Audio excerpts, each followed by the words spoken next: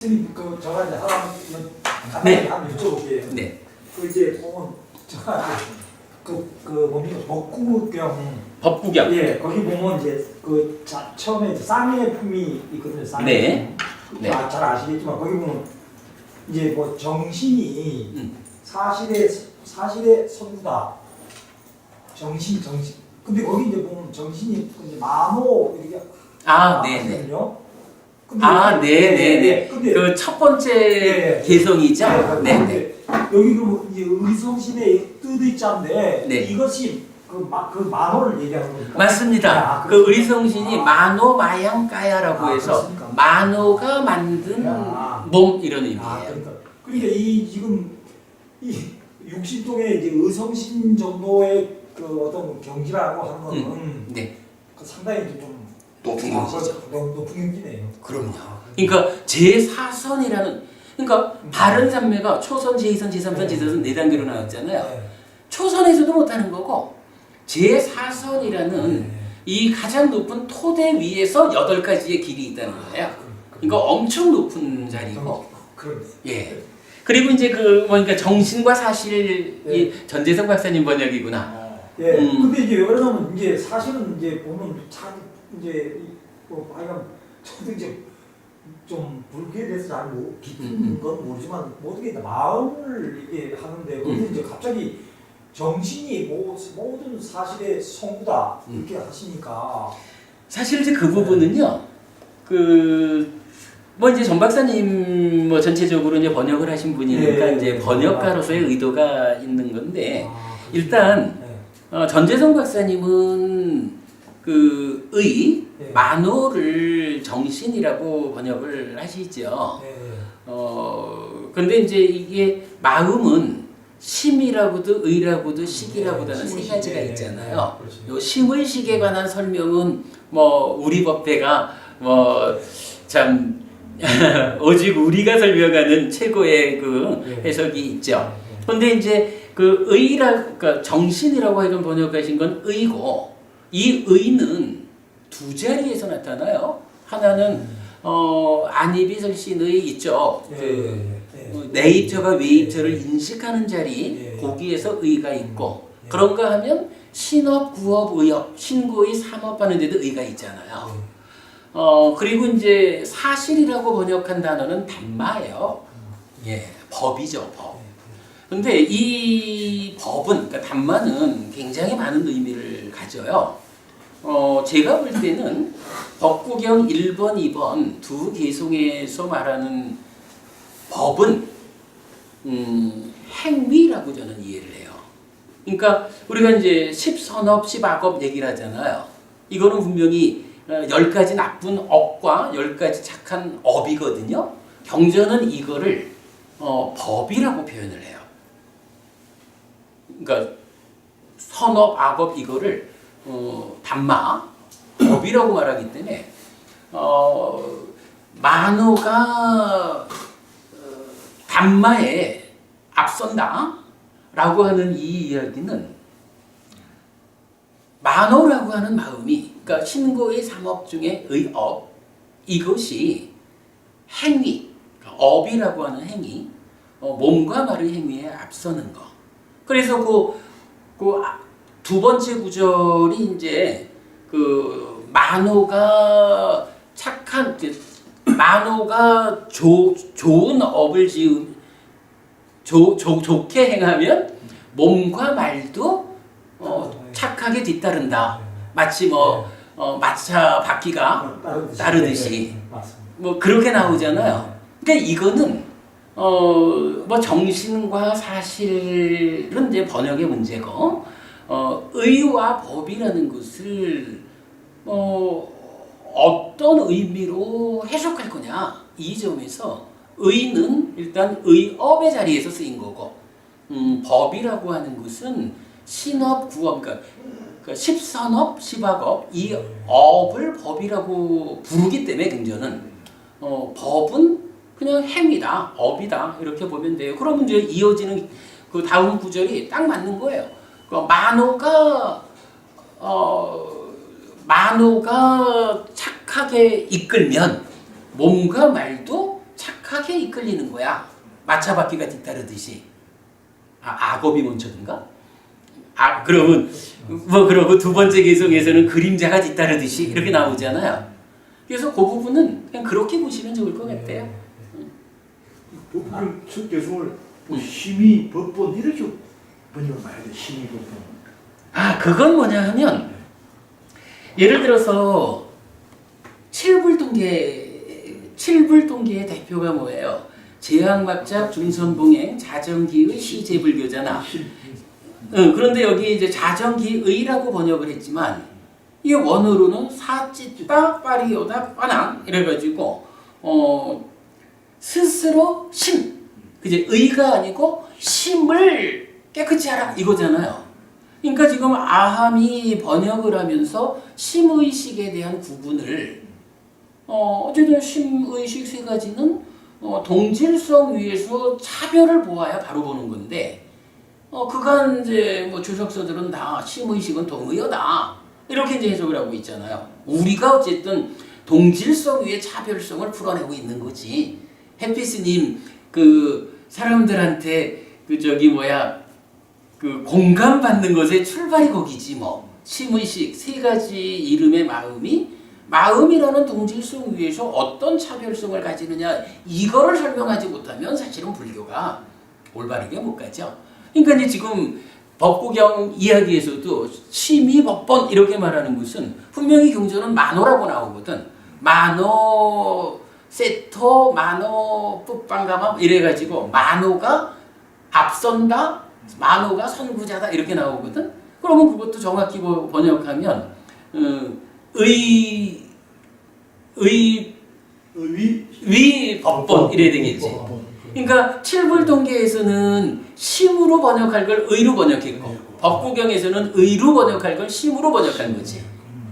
이거는 우리 그 선배 스님들이 이건 뭐 지금 번역하신 분의 문제가 아니고 오랜 세월 선배 스님들이 심과 의와 식이라는 이 세 가지 마음을 동의어라고 정의하고 출발한 데서부터 비롯된 잘못이죠.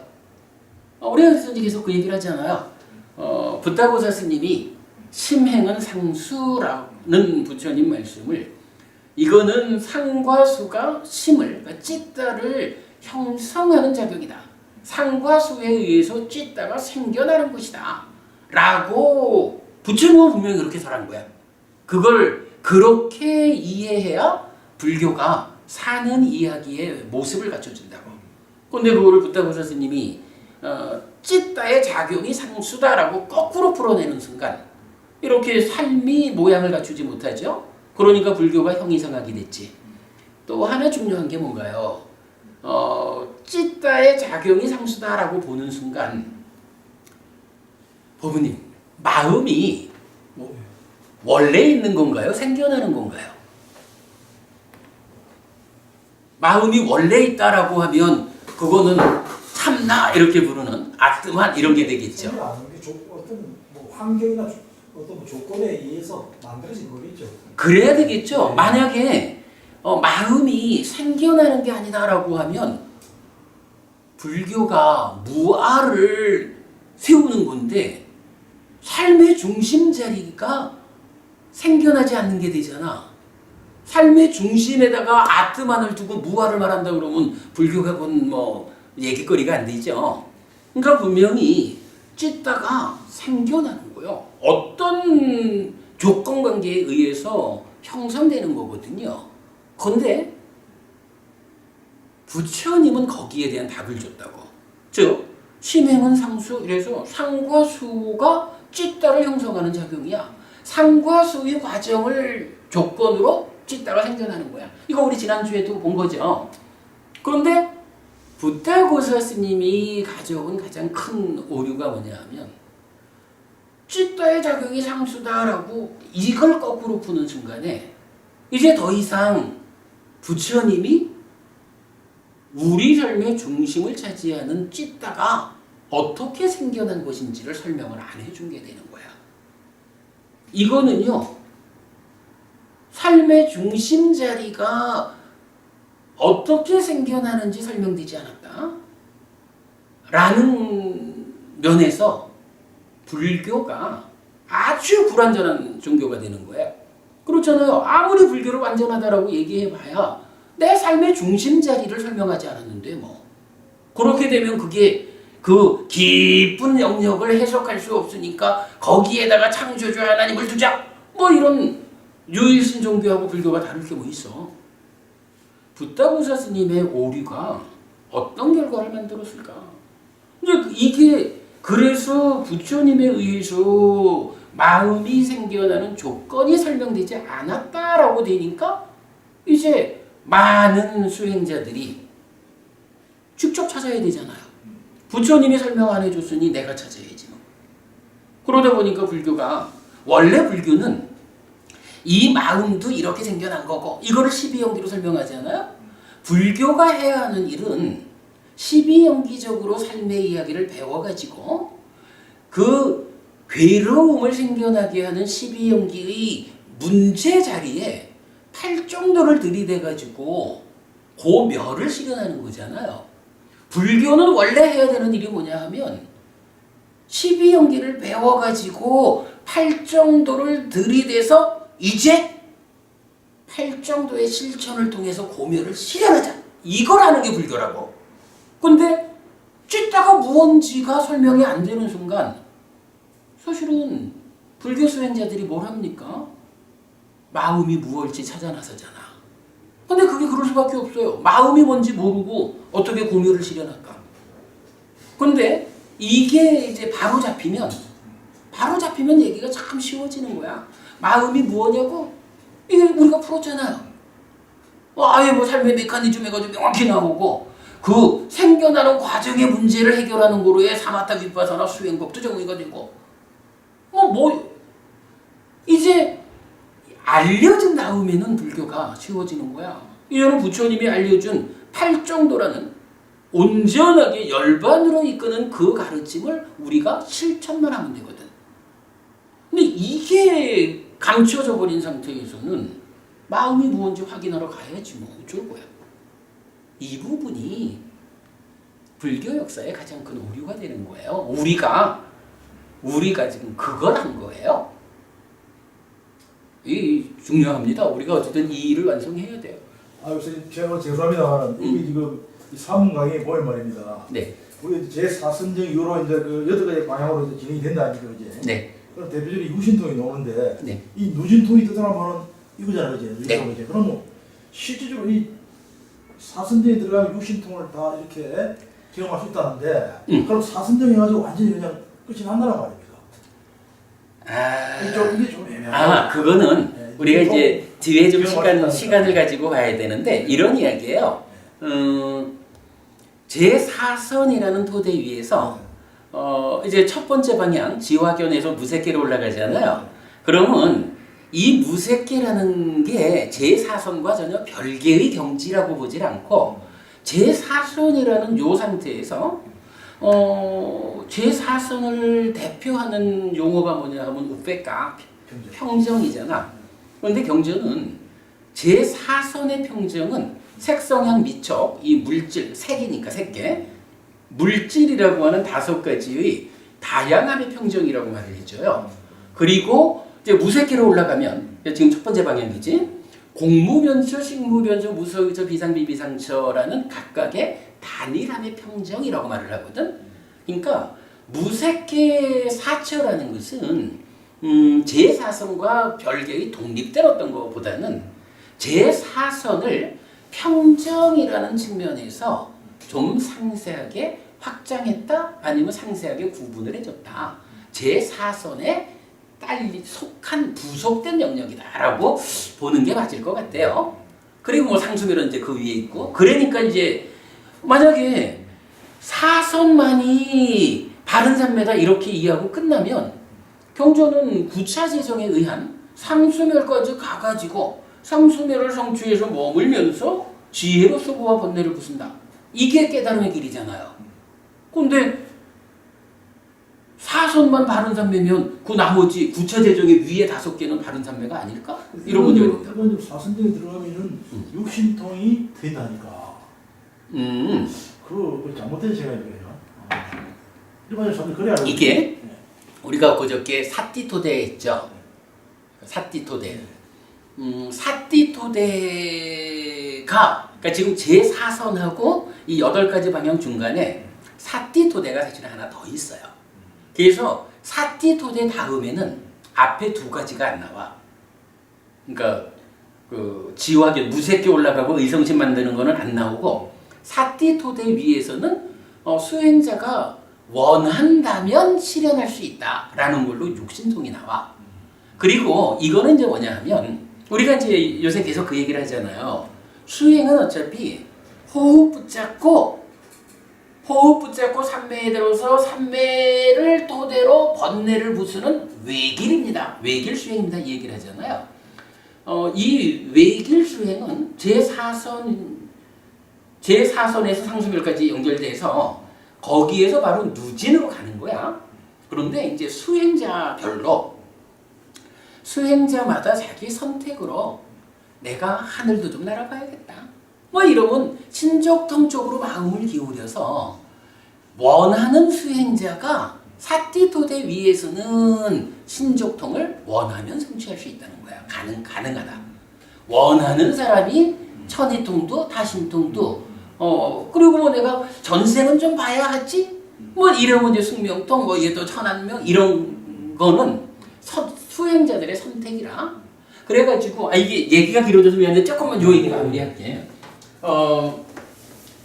우리가 이제 보면 경전 그러니까 아라한이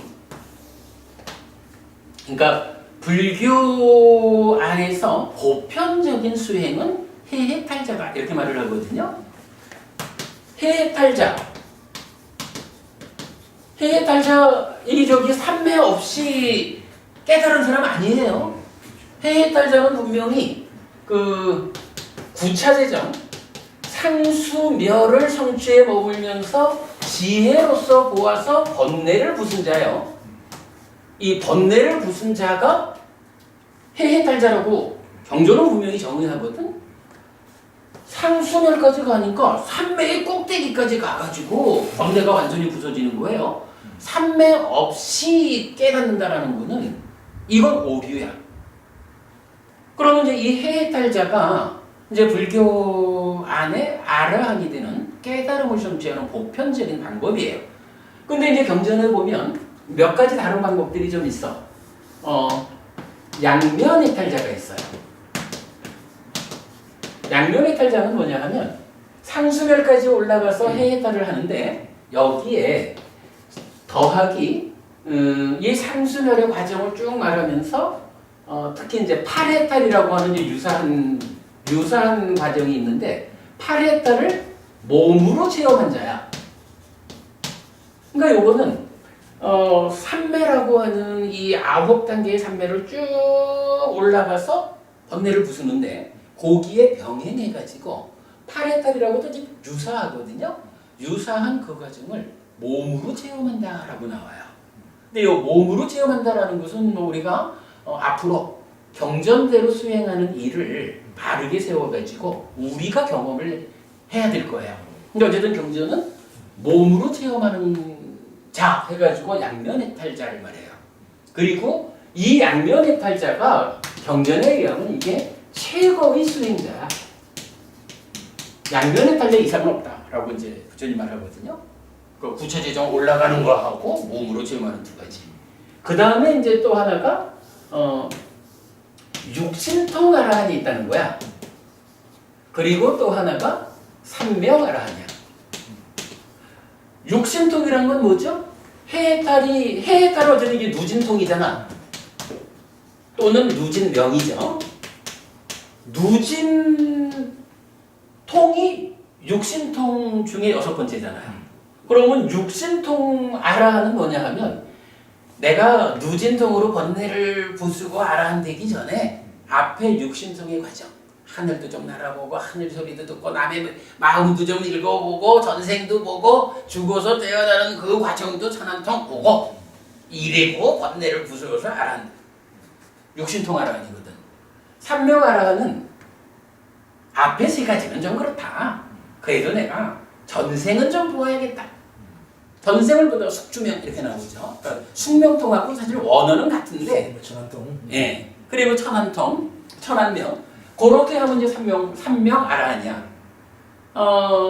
자자경이라는 경전에서 이제 요 얘기를 해주는데, 재밌는 게 500명의 비구가 있는데 500비구 중에 양면의 딸자가 60명이야. 그러면 이게 12%가 돼요. 그죠? 육신통 아라한도 60명이야. 12%.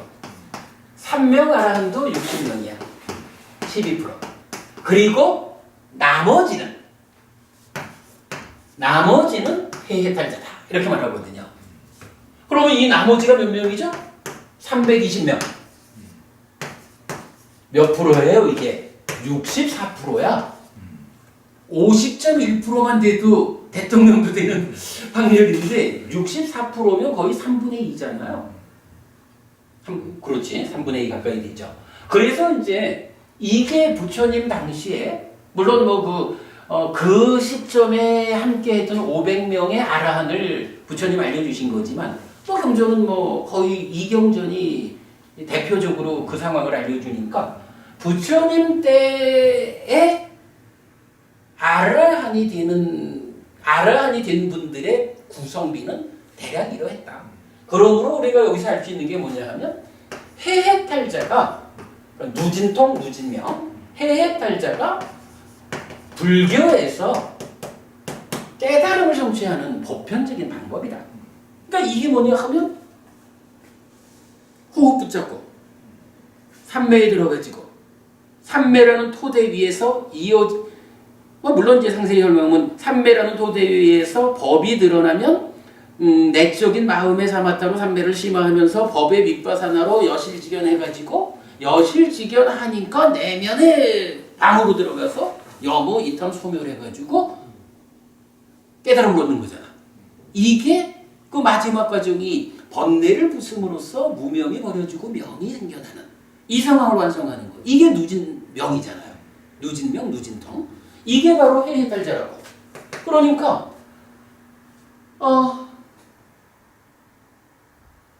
생각해보면 다른 게 필요 없는 거야. 우리가 삶을 어디까지 끌고 갈 거냐? 완성해야 되겠다라고 할 때 부처님이 제시해주는 외길 수행이 해해탈자의 이 길이라고. 근데 그 과정에 부처님도 다 하신 거고 그 과정에 수행자가 자기 선택에 의해서 몸으로 체험하는 양면해탈도 있고 육신통 아라한도 있고 삼명 아라한도 있는 거라. 그러나 그 비율로 보면 대부분의 수행자는 아이고 내가 아라한 되어가지고 윤회에서 벗어나면 되지 딴 거 뭐 필요해? 하고 직접 갔다는 거야. 대부분의 사람들은. 이런 부분 좀 설명이 되죠. 그럼 우리 보통 스님들께서 자기 전생을 받다든지 자기 내생을 본다든지 타인의 마음을 본다든지 이거는 책기에 어느 정도 선정이 올라야 됩니까? 일반적으로. 일단 자기 전생을 본다라는 거는 아니 이게 이제 두 가지 방법이 있어요. 자기 전생을 본다라는 것은 불교적인 수행 방법으로는 제4선 위에 사띠 토대 위에서 전생을 볼 수가 있잖아. 그러니까 아주 높아야 되지. 그런데 이제 그 전생을 보는 방법이 불교에만 있는 건 아닌 것 같아요. 불교적인 이 수행 방법에서는 전생을 보는 거는 불교에서는 사이드잖아. 봐도 되고 안 봐도 되고 전생이 깨닫는 게 아니거든요. 그 전생 보는 게. 그러니까 불교에서는 이 외길 수행 중에 그 수행의 어떤 좀 부수적으로 전생을 보려니까 이제 사띠토대 위에서의 높은 자리를 필요로 하는데 외도들의 방법으로는 전생을 주문을 통해서 이런 방법들이 좀 있나 봐요. 그렇기 때문에 불교 방법으로 전생을 본다라고 하면 높은 수준에 간 거예요. 최소 사선적은 사선종 위에 사티토대 위에. 그리고 뭐 다른 방법으로는 뭐 어떤지는 모르지만 뭐 어떤 방법이 있을 수 있고 우리가 모르지. 그러나 전생 보는 일을 목적으로 한다라고 하면 뭐 이게 맞는지 몰라도 요새 뭐 최면 가지고 전생 체험도 하잖아. 그러니까 뭐 플러스 마인드 컨트롤도 있고. 그러니까 뭐 잘 모르지만 목적을 거기다 두면 거기로 가는 특화된 방법이 있겠지. 그러나 그렇게 특화해서 전생을 보아가지고 깨닫지 못한다고. 부처님은 우리한테 깨달음의 길을 알려주는 게 목적이니까 뭐 전생은 그 과정에서 이렇게 볼 수 있어 라는 거죠. 그래서 전생을 보려면 높아야 돼요. 근데 자기의 미래를 본다, 내생을 본다, 이건 거짓말이야. 그렇지. 예. 그리고 타심통은 뭐 타심통도 일단은 육심통이 하나니까 정확하게 타심통을 한다라고 하면 불교 방법으로 타심통을 한다라고 하면 이거는 사티토대 위에야. 그러니까 사티토대 위에서 사티토대가 있을 때 수행자가 원하면 실현 가능하다. 이렇게 경전이 그럼 말해주거든. 최소 사선적이 같다는 우리가 성자의 단계로 볼 수 있는 최소한 예루자 이상 되는 겁니까? 그 부분은 좀 많이 어려워요. 이게 근데 아마 그러니까 사선정 자체가 문제가 아니라 선정은 토대잖아. 그러니까 토대를 갖췄다라고 하는 이거 가지고 그러니까 예류자, 일례자, 불안자, 아라한을 설명하기는 참 좀 어려워요. 우리가 예류자도 뭐 기본적으로 삼매는 들어간 거로 봐야 하지 않느냐. 이게 이제 지난번 제가 한번 말한 거죠. 뭐 일례자 그렇고 이제 불안자만 해도 사실은 사티토대 이후로 봐야 할 것 같고, 근데 사상의 성자의 위치를 정확히 말하는 건 아직 좀 더 시간이 필요할 것 같아요. 그래서 우리가 이제 수행이 이제 안 되는 우리 입장에 봐서는 좀 이제 일부 수행이 되신 스님들 하신 이야기가 기본적으로 수행을 할 것 같으면 내 전생도 볼 줄 알고 내생도 내 어디 갈지도 볼 줄 알고 기본적으로 타의 마음을 읽을 줄 알아야 된다. 이게 사실 우리 돈 뜨는 거지 사실. 이게 뭐 실질적으로 확인이 아니니까 우리는 그러니까 우리가 공부를 해야 되는 거라고. 계속 하시고 그러셨습니다. 예. 자, 여기까지만 하자. 아니 내가 어떻게 하다 보니까 중간에 좀 쉬지도 못하고 했어요. 중간에 좀 쉬었다 해야 되는데.